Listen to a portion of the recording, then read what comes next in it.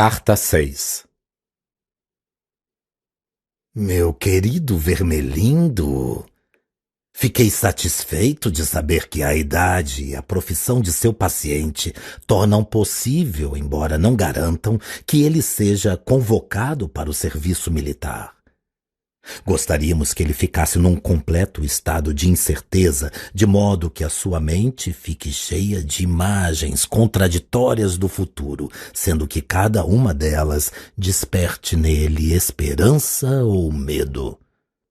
Não há nada mais eficaz que o suspense e a ansiedade para bloquear a mente humana contra o inimigo. Ele quer que os homens fiquem preocupados com o que fazem. Nosso negócio é fazer com que fiquem constantemente pensando sobre o que vai acontecer com eles. É claro que o seu paciente já terá se convencido de que precisa se submeter com paciência à vontade do inimigo. O que o inimigo quer dizer com isso é essencialmente que ele deve aceitar com paciência a tribulação que lhe sobreveio, a ansiedade e o suspense atuais. É sobre isso que ele deve dizer: seja feita a tua vontade, e pela tarefa diária de suportar isso, que o pão de cada dia será providenciado.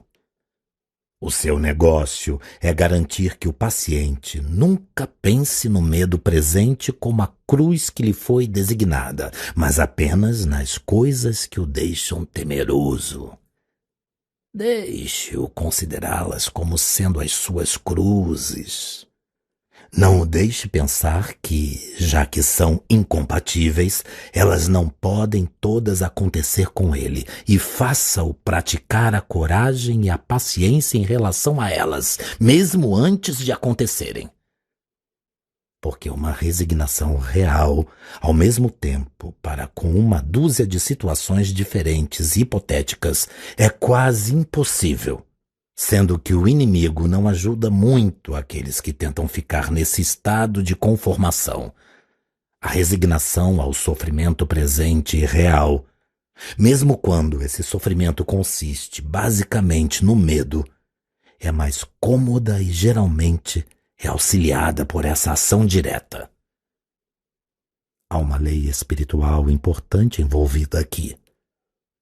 Expliquei que você pode enfraquecer as orações do seu paciente, desviando a atenção dele do inimigo em si, para atentar sobre os seus próprios estados mentais em relação a ele. Por outro lado, o medo se torna mais fácil de dominar quando a mente do paciente é desviada da coisa temida para o medo em si, considerado um estado presente e indesejável de sua própria mente. E quando ele se refere ao medo como a cruz que lhe foi designada, passa inevitavelmente a pensar nisso como um estado de espírito. Por isso, é possível formular a seguinte regra geral: em todas as atividades mentais que favorecem a nossa causa, encoraje o paciente a não atentar para si mesmo, e sim a concentrar-se no objeto. Mas, no caso daquelas atividades que favorecem o inimigo, leve-o a concentrar-se só em si. Faça com que um insulto ou o corpo de uma mulher prendam tanto a atenção dele no objeto que ele não chegue a pensar algo como: estou entrando agora em um estado chamado raiva, ou no estado chamado luxúria. Em contrapartida, faça-o refletir em termos como: agora meus sentimentos estão se tornando mais puros ou mais generosos. E então, fixe a sua atenção dentro dele mesmo, para que não consiga mais olhar para além de si, a ponto de enxergar nosso inimigo ou o seu próximo. Com relação à atitude mais genérica dele em relação à guerra, você não deve confiar demais naqueles sentimentos de ódio que os humanos estão muito interessados em discutir nos periódicos cristãos ou anticristãos.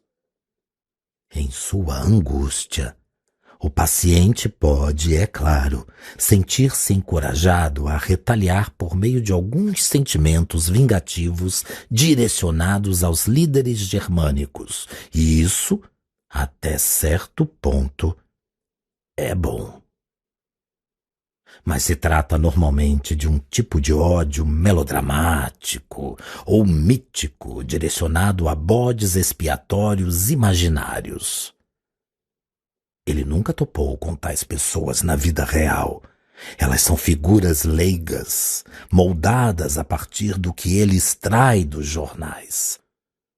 Os resultados desses ódios fantasiosos são muitas vezes os mais decepcionantes. E dentre todos os seres humanos, os ingleses são, com respeito a isso, os mais deploráveis fracotes. São criaturas daquele tipo miserável que proclamam em alta voz que a tortura seria pouco para os seus inimigos, mas logo em seguida oferecem chá e cigarros ao primeiro piloto alemão ferido que aparece na porta dos fundos. Faça você o que fizer, sempre haverá alguma benevolência, bem como alguma malícia na alma do seu paciente. O negócio é direcionar a malícia para os seus vizinhos, com quem ele topa todos os dias, e transferir sua benevolência a circunstâncias remotas, dirigindo-a a pessoas que ele não conhece. Assim, a malícia se torna totalmente real e a benevolência, em grande parte, imaginária. Não há nenhuma vantagem em inflamar o seu ódio contra os alemães, se ao mesmo tempo um hábito pernicioso de caridade estiver tomando forma entre ele e sua mãe, seu chefe e o homem com quem ele topa no trem. Pense no seu homem como uma série de círculos concêntricos, sendo que a sua vontade é o mais interno, o seu intelecto vem logo depois, e, finalmente, sua fantasia. Não é de se esperar que se possa excluir imediatamente de todos os círculos tudo que cheira ao inimigo, mas você deve continuar a transferir todas as virtudes para círculos externos, até que eles finalmente estejam no círculo da fantasia e todas as qualidades desejáveis para dentro da vontade. Somente quando alcançam a vontade e são ali incorporadas em hábitos é que as virtudes se tornam realmente fatais para nós. É claro que não estou me referindo ao que o paciente toma erroneamente por sua vontade, aquela fúria de resoluções e de dentes cerrados, e sim ao centro real, aquilo que o inimigo chama de coração.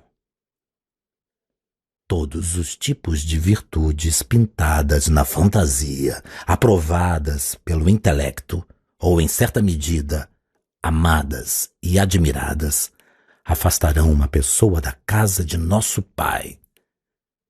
Na verdade, elas poderão torná-lo mais divertido quando chegar lá.